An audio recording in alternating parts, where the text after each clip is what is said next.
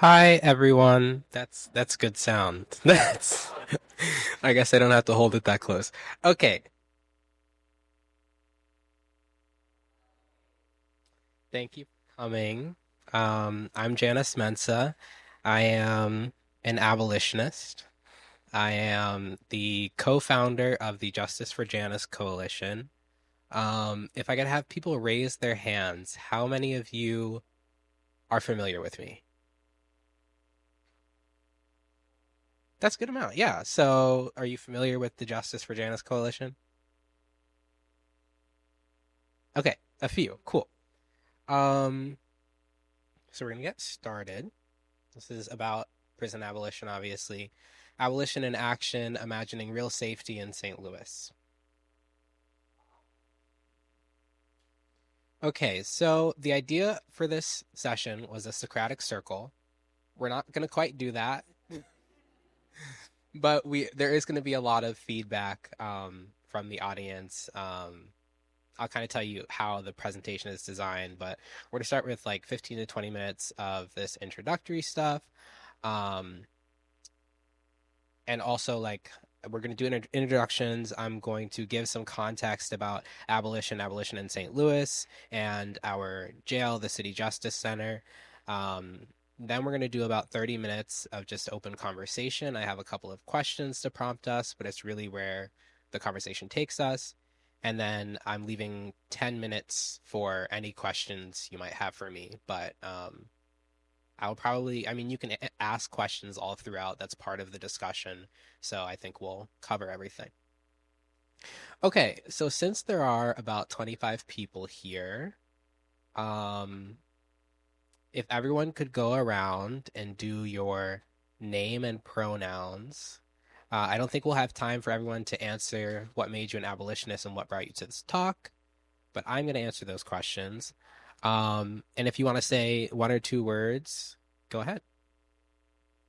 So, name and pronouns. Hi, everyone. My name is Isaac Hossein. I use he, him. I'm a board member of Forward to Ferguson.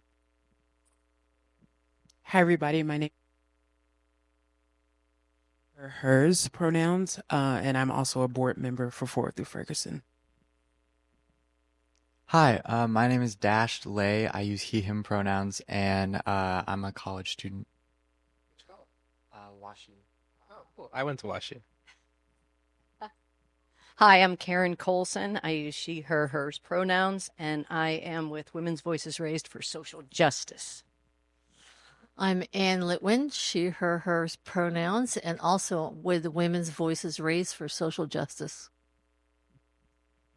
I'm Rochelle Kaskowitz, use she, her, hers pronouns, and am also with Women's Voices Raised for Social Justice. Good afternoon. I'm Jessica Meyer, Partnerships Director for the St. Louis Mental Health Board, and I provide staff support to the St. Louis Area Violence Prevention Coalition.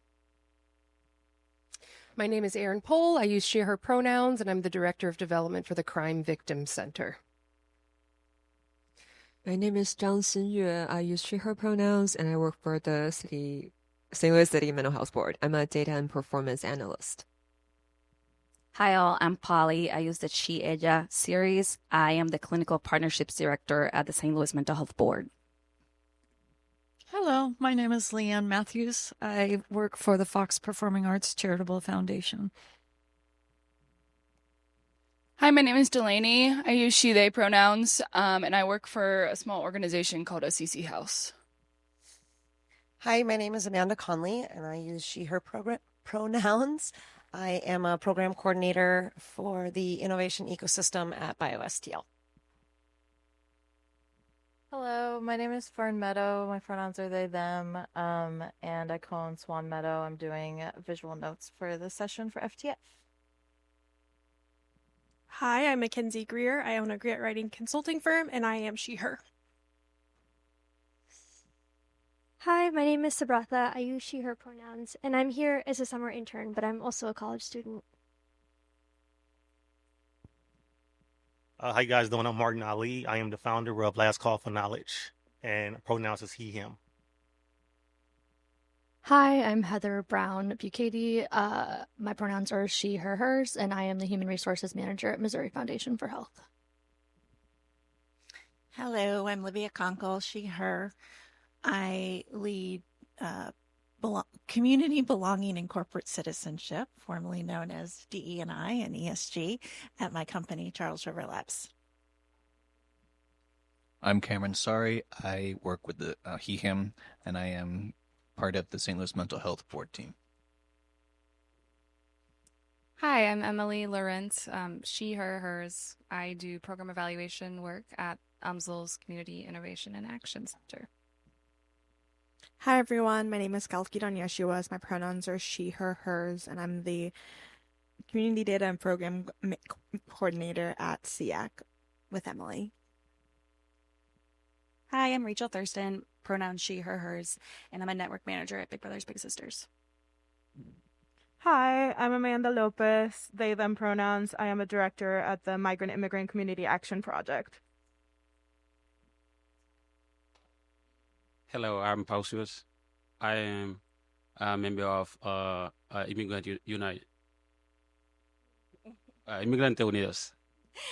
Hello, good afternoon, everybody. My name is Ana Martelli. I am member to Inmigrantes Unidos. I work in MICA Project 2. My pronoun is she and her. Hi everyone, my name is Valencia. I use she, her pronouns as well, and I'm also here representing Migrantes Unidos. And what brought me to this talk, we organize against digital surveillance, so it's all the same fight. Hi, my name is Juliana, and my pronouns are she, her, hers, and I work at Prosperity Connection, which is a nonprofit that provides free financial education and financial coaching. Hi everyone, my name is Danny Poon. I go by he, him. I'm with the St. Louis Pan Asian Collective and the Very Asian Foundation. Hi, I'm Tiffany Yoon. I use she, her pronouns. Excited to be here.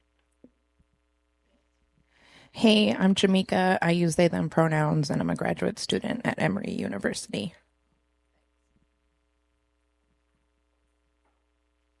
Hi, I'm Peggy Ray with the Hispanic Chamber of Commerce in St. Louis. She, her, and I recently went to a meeting led by DICE and learned a lot about their project of understanding crime in terms of places rather than people. And I want to understand how we can make our city a place that's less conducive to crime. Hi, everyone. My name's Kaylin. My pronouns are they, them, and I'm with the regional response team. My name is Grace. I use she, her pronouns, and I'm with the Community Health Commission of Missouri. Molly. I use she, her pronouns. I'm also with the Community Health Commission of Missouri. My name is Jordan. I use he, him pronouns, and I work with folks recently released from prison and reentry, so glad to be here. Thank you all for introducing yourselves. You all do very cool work. Some of your organizations or colleges I've interacted with before. So it's great to see that abolition has widespread appeal. That's very cool. I'm Janis, they, them pronouns. I don't think I said that. And I'm going to talk a little bit about what made me an abolitionist.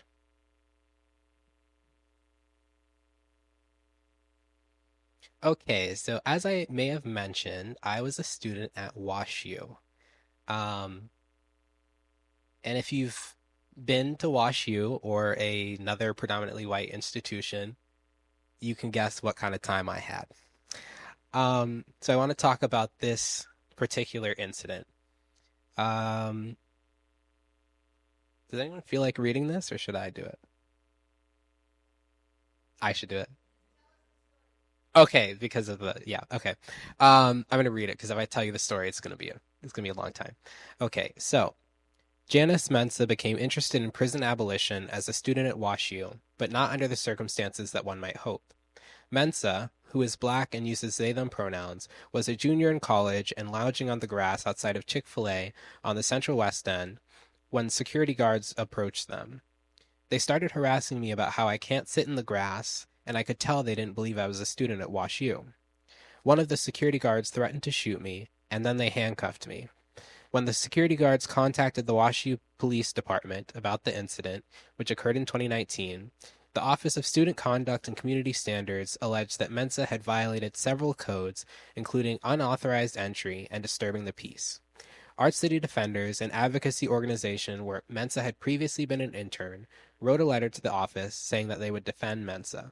In response, Student Conduct immediately dropped all charges. So I don't think any of you have heard that story before, but it might seem familiar because it is very similar to an incident that happened very recently, which might be why you're familiar with me and is why we started the Justice for Janis Coalition, which is that I was appointed by former Mayor Tashara Jones to be on a civilian oversight board for the jail. And as I'll go into, the jail is a terrible place where terrible things have happened, terrible conditions. And one morning at the jail, Terrence Smith died. And as soon as I got off work, I went there to investigate, which is part of my duties being on the board.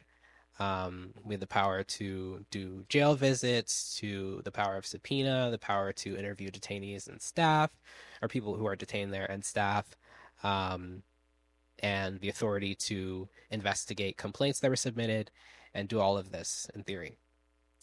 And when I went to the jail to inquire about Terrence Smith's death, because it wasn't confirmed yet, I was waiting in the lobby, and eventually the former warden, who has now been fired, called the police on me. And within 5 minutes of the police showing up, they had knocked me unconscious. Yeah. And this is just further made me an abolitionist. This was the first incident that made me an abolitionist, but as I'll go into a little bit, being Black and being trans, I will have ongoing interactions with the legal punishment system, which is what I call the criminal justice system. And they will be similar to this. They will involve crimes of belonging, which is what I see trespassing as.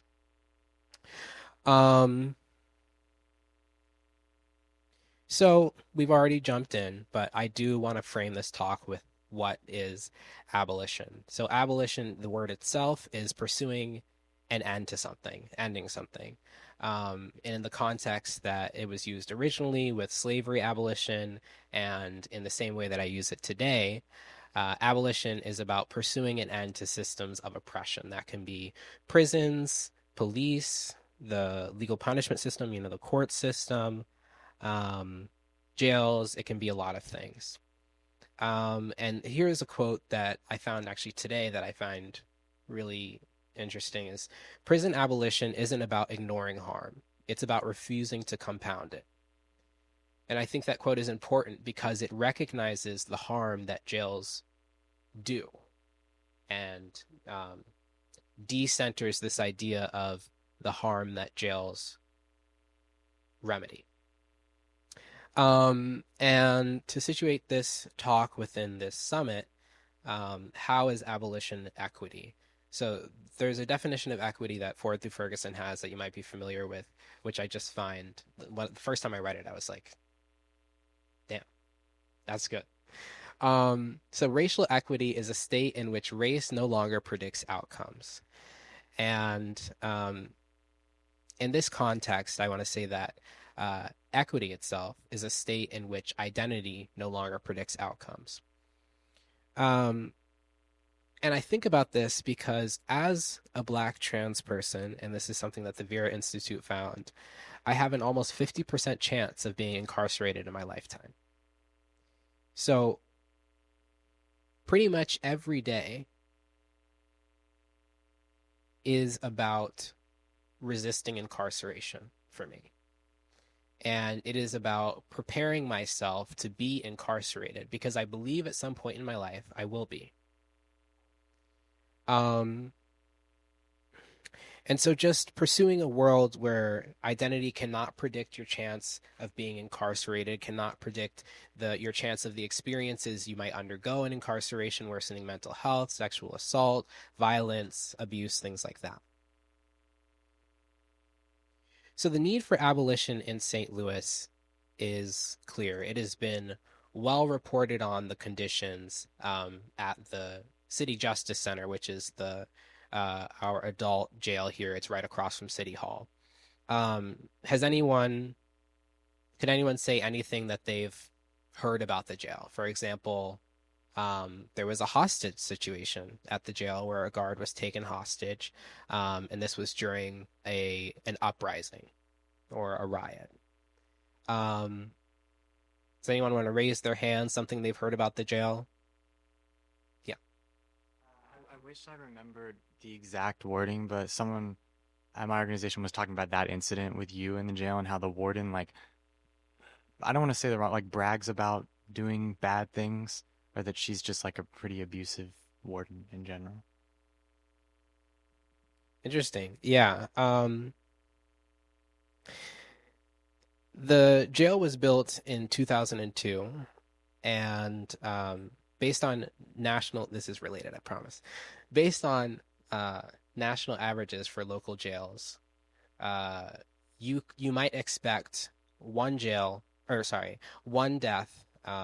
in a jail per year per 150,000 people. So being built in 2002, that's 23 years. If we were as deadly as the average American jail, we might have seen 23 deaths. In the time that the jail has been here, we have seen 46.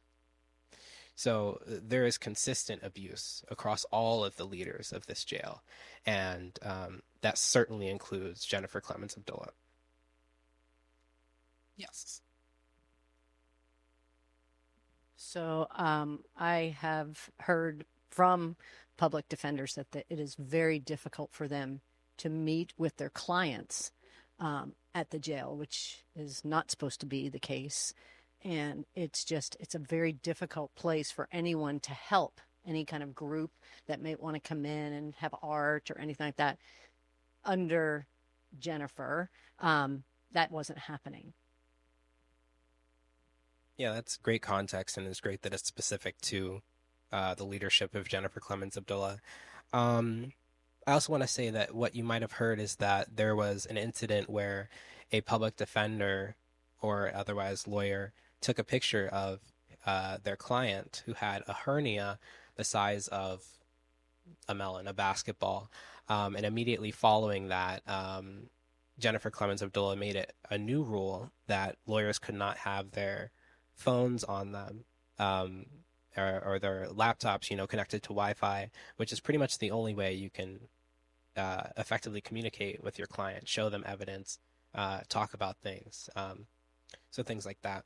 But speaking more to the conditions of the jail, this is a jail where you are likely to spend 23, if not 24 hours of the day in your cell. So a cell the size of 1 or 2 elevator cars, with no access to sunlight. There's no access to sunlight anywhere in the building. There is no access to recreation space. It is an environment that affirms abuse, and this includes punitive water shutoff. So there was a period after an uprising of 5 days where there was water was shut off to several cells. So that's drinking water, and that's the water that is used for plumbing for the toilet. This is also a place with excessive macings, excessive beating, so chemical warfare. There was this article that just came out about the deputy of the jail stepping down after it was reported by many people, including staff, that people at the jail were being shot point blank with pepper spray pellets, which there is just no excuse for and never a need for. And I just want to read a bit. The MacArthur Justice Center has done a lot of great work about getting direct quotes from people who've experienced incarceration at the CJC and investigating things. And I just want to read their quote. This trove of documents and videos further prove what has already become evident over the years. CJC correctional officers are weaponizing chemical agents and other torture tactics in retaliation for punitive reasons or just because they can as an exercise of power. And what's more, the city's efforts to hide and cover up the abuse sanctions it and allows it to continue festering without accountability. The people of St. Louis deserve to know the truth about what is happening and how little is being done to stop it.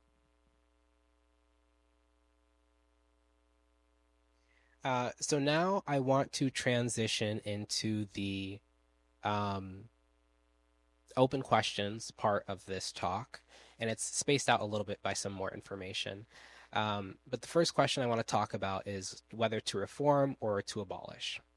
So when we talk about closing jails like the CJC, how do we navigate? I want to talk about how we navigate the tension between immediate reforms that might improve material conditions at the jail and long-term abolitionist goals that reject the institution entirely. So a question of, do we reform? Do we abolish? Can we do both? Does one undermine the other? Things like that. Anyone like to start us off?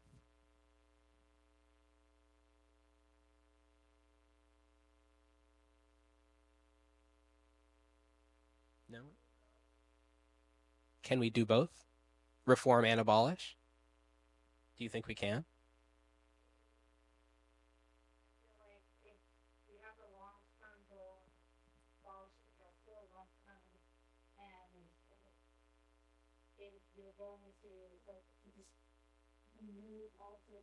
There's still huge systems of that, reintegration and restorative for people to get that they need to be is. So if we begin with maybe having a review of eventually abolishing, I mean, I don't know. I do think that reform is going to get more mainstream support, and you can still have the long-term goal. I don't know anything.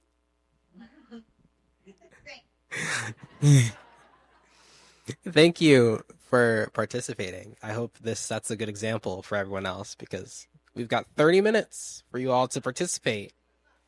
But I just wanted to restate a little bit since I think it'll take too much time to maybe pass the mic around. Maybe I'll try it. But I think you were saying that we must, for practical reasons, we start with reform, we end with abolition, and an added benefit is that reform might have more widespread appeal. Yeah, and I think that's been shown by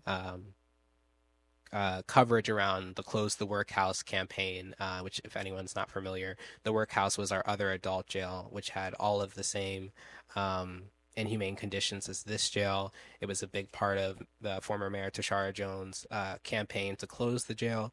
She did close the jail, and it has started to be demolished.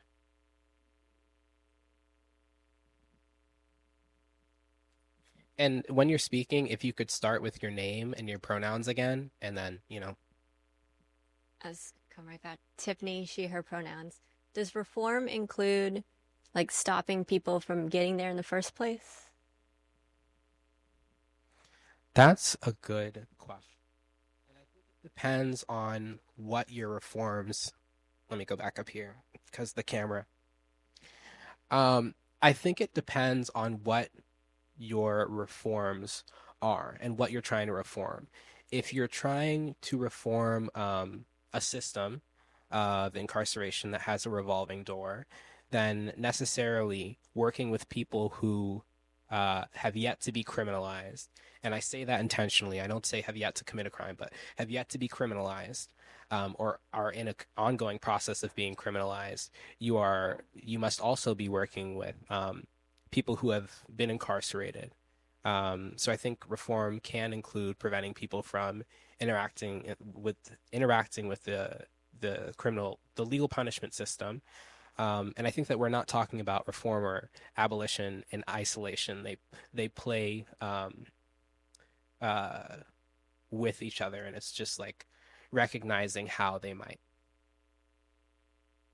Yes. She, her pronouns. I think immediate reforms are great, but you also run the risk that they'll be performative. So, like, I'm one of the few people that watched the detention facility oversight board meetings, and just to see all the barriers that have been put in place where people said we want this reform, and then there have been all of these systemic and administrative and bureaucratic barriers put in place. So even that reform that was by and large popular has not actually been able to work in the way it was intended. Okay. Yeah, that's very interesting, and thank you for bringing that up, because I think what you're speaking to a bit is about reforms that might be counterproductive. Okay, so I want to bring up this image, which is from Critical Resistance, which is a great abolitionist organization, and it talks about this idea of reformist reforms. So these are reforms that seem progressive, but are actually counterproductive to abolition. These are reforms that actually promote further investment in jails and prisons and the prison industrial complex. I will make it available. Yes. Oh, yeah, I'm gonna read some of it to you. It's just so you recognize it. But this is from Critical Resistance. It is their imprisonment version of reformist reforms versus abolitionist steps. I believe they have one for police as well. And I'll upload this to WOVA if that's a thing people use. Okay, so this asks us, so it takes on here some common reformist reforms, and across the top, it asks us important questions about deciding, is this a reformist reform or is this an actual abolitionist step? So a few of the reformist reforms that they talk about: building jails or prisons to address overcrowding or rising numbers of new prisoners, for example, migrants. So this is something that has been suggested in St. Louis, and it's pretty much suggested everywhere that people talk about reform or talk about abolition. And one of the final things that I heard from right before I was going to vote for mayor, that I heard from Kara Spencer, was an interview she did with this interviewer. I don't remember his name. But she said that she is open to the idea of building a new jail. And this is an idea that somehow coexists with her saying that there are terrible conditions at the CJC, that is a problem that needs to be addressed. And this kind of speaks to reformist reforms, because you can have these two things coexisting and it preventing progress. The idea of building new jails is an idea about bringing more harm, and is just cloaked in the language of abolition and of true reform. Another example is building closer to home or nicer, more modern, more rehabilitative alternatives to existing jails or prisons. So building a better jail. And this is critically not, at least my version of abolitionist, this is not what abolition seeks to do. We are not trying to, I think of abolition a lot in terms of slavery. We're not suggesting that we build a better, nicer plantation. We're saying we need to end slavery. And this is what kind of gets tricky with fighting to improve conditions at the jail, because you want to improve their access to recreation. We want to improve their access to healthy food, to medical care. And we've seen this quite recently with the CJC, when Doug Burris, who is the new warden of the jail, he started, changing things, and there was an uptick of media stories about the jail that were all very positive. And I wish I had pulled, I'm going to try to find it later, but I wish I had pulled, there was an article that was written that talked about prison to prosperity, which is a program. But just the notion of prison to prosperity is so absurd. Yeah, and just articles that come out about positive programs and just bring attention away from the true terrible material conditions of the jail and paint jail as a system that could work but is broken instead of a system that is working incredibly efficiently, incredibly effectively, because this is what it's meant to do. It is meant to oppress. Let's see if I want to go over. Oh, okay. Another important one. Legislative and other efforts to single out some conviction categories as exceptions. And this is one that I think other abolitionists struggle with, because I am focused on jail abolition. So jail versus prisons. If you're at prison, you have been convicted of a crime and you're serving out your sentence. If you're in jail, you have not yet been convicted of a crime, and you are just waiting for your date at trial. But because of the way the system works, on average, people spend about 300 days at the City Justice Center. So you're waiting for trial for a long time. I waited for trial for 2 years. And it was a horrible, terrible experience.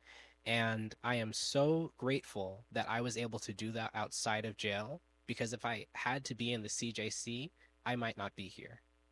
And that's true for 46 of our neighbors. Use of other electronic monitoring, that speaks to, I don't remember who here was talking about surveillance. Yes, that speaks to the surveillance state. Okay, we're going to move on. Here's another question that comes up a lot.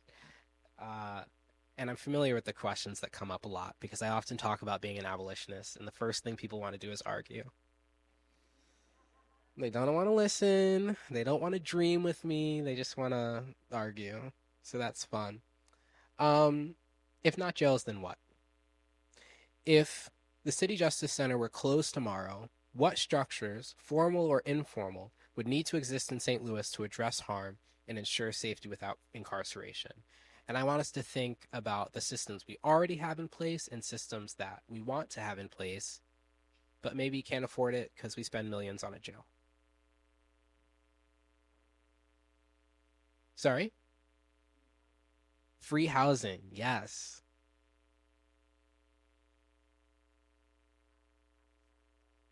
Yep.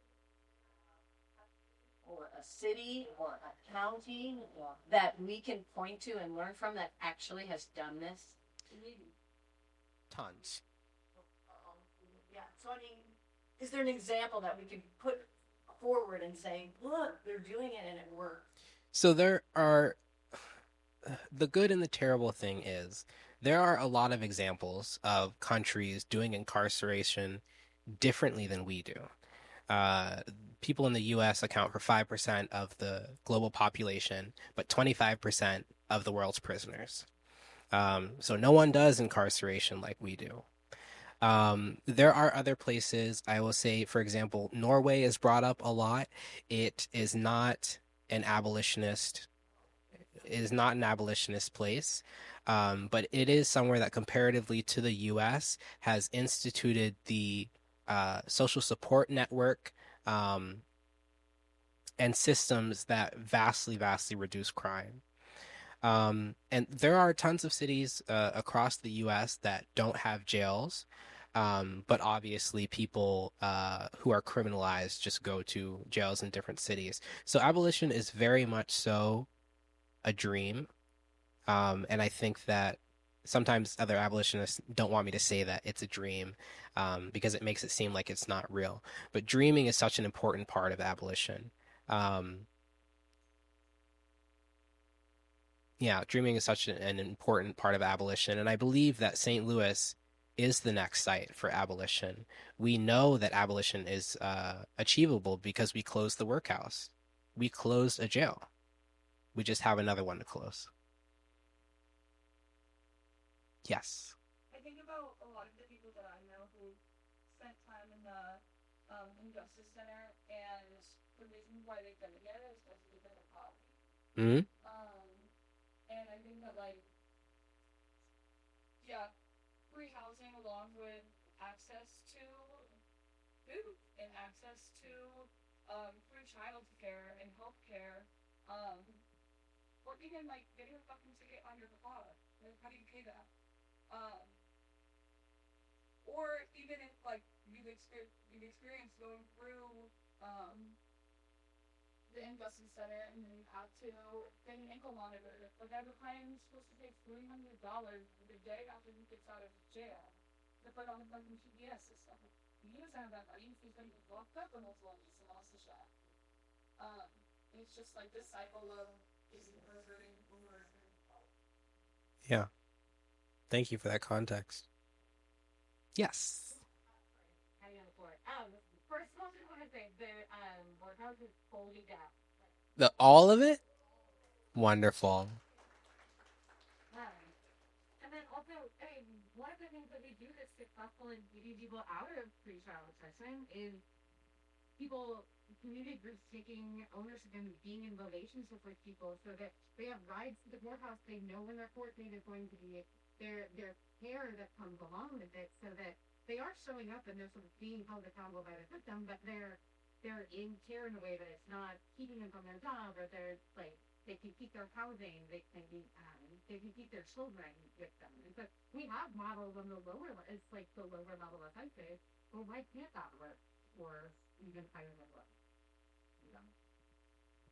I have a couple of systems that are in place that are really small but effective. Our violence interrupters, organizations, people that go on the streets, they would checks are going to be fine, and they shut it down with their relationships and talking to people and talking to de-escalate.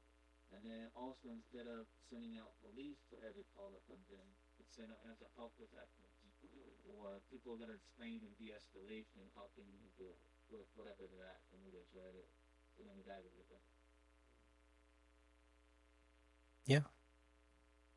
These are all great ideas, all ideas that require funding, and all ideas that could be further invested in, with the tens of millions that we spend on maintaining a jail that allows people to die, that kills people. So I want to move on to this next question. Actually, I want to speak a little bit about what we can do. What are abolitionist steps? And I just want to say, I get the question a lot. If people don't go to jail, where do they go? If we don't have jails, what do we do? What do we replace it with? And the question of what do we replace it with has always been interesting to me. And I don't think people ever really give me the time to explain. But I have it here. You're all a captive audience. This is actually why I signed up for the talk. But I think the question of what do we replace it with gravely misunderstands what jail is and what it does to our society, not for our society. I don't want to replace jails with anything. I don't want anything to do anything like what jails do to our society. I don't want something that's like a jail. I don't want a better jail. I want to stop the harm that jails cause, heal the harm that jails cause, and address the harm that jails were supposedly made to address in the first place. So what are some ways we can do that? So some questions to ask ourselves when we're considering, is this an abolitionist step? Does it reduce the number of people imprisoned, under surveillance, or under other forms of state control? Does it reduce the reach of jails, prisons, and surveillance in our everyday lives?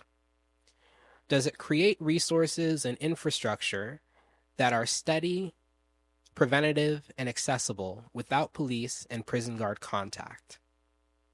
And does it strengthen capacities to prevent or address harm and create processes for community accountability? And these are questions that come up when you dream of abolition. So a few abolitionist steps that Critical Resistance points out: decarceration, or reducing the number of people in prisons and jails. And I think of this every time I hear the excuse that the CJC is understaffed. It is an excuse that invites further investment into the facility. We don't need greater capacity to imprison people.